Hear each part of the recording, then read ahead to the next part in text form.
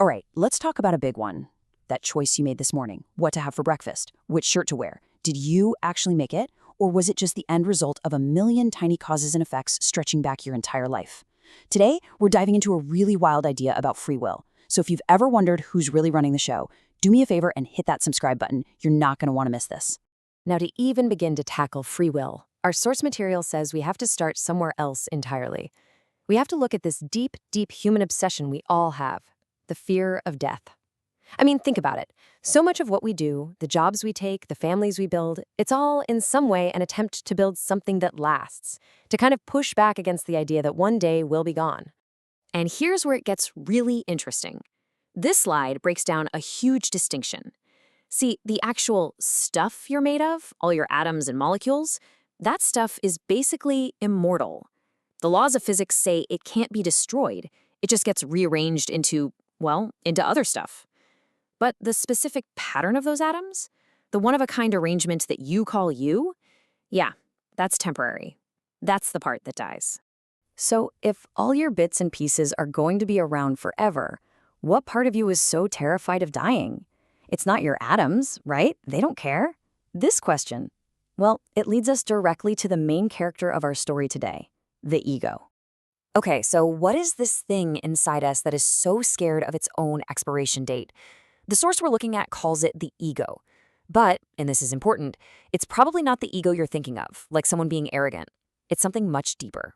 Yeah, see, we're not talking about having a big ego. In this context, the ego is like the operating system for your sense of self. It's a little voice in your head that says, I. A rock exists, but it never thinks I am a rock. We exist, and we also have this constant running commentary of I am.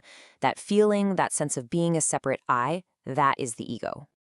I absolutely love this analogy from the source. The ego is described as a software bug. Think about it. You can't reach into a computer and physically grab the mistake in the code for 2 + 2 = 5. It's not a physical thing. But if that faulty code is used to design a bridge, well, you're going to have a very real, very physical collapse.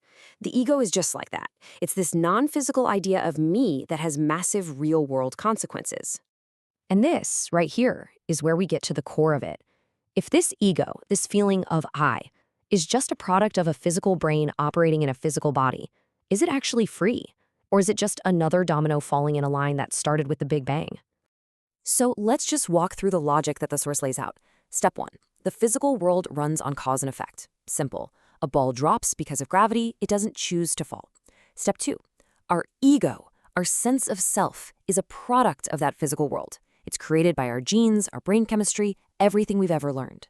So, step 3, the big conclusion. If the ego is just an output of a deterministic system, then all of its actions are just effects. There's no space in that equation for some magical, independent chooser to pop in and change things. Just think about it for a second. Someone says something that makes you angry.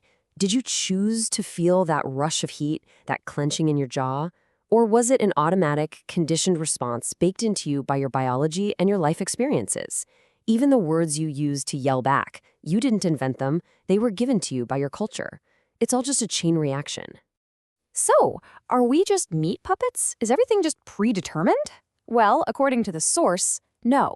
But the escape hatch is this amazing, mind-bending paradox. It is not at all what you would expect. And this is such a critical distinction to make. This idea of determinism isn't the same as fatalism. Fatalism is the belief that your life is like a movie that's already been filmed. No, the source argues we have exactly one authentic freedom, and that is the freedom to consciously see the ego for what it is, an illusion, and to choose to let that illusion go. I mean, just let that quote sink in. This is the central paradox of the whole thing. True freedom isn't a power the ego gets to wield. It's the state of being that's left over when the ego, the part of you that's constantly shouting, I want this and I choose that, finally gets quiet. Free will was real, but there's no person there to use it. Wild, right? Okay, I know this is all getting a little abstract and heady. So to make it more concrete, let's look at a real-world example the source uses to show how the ego operates and gets itself into these logical traps. Let's talk about astrology. So the source brings up astrology as a perfect case study of the ego's faulty logic. I mean, for one, it completely ignores basic physics.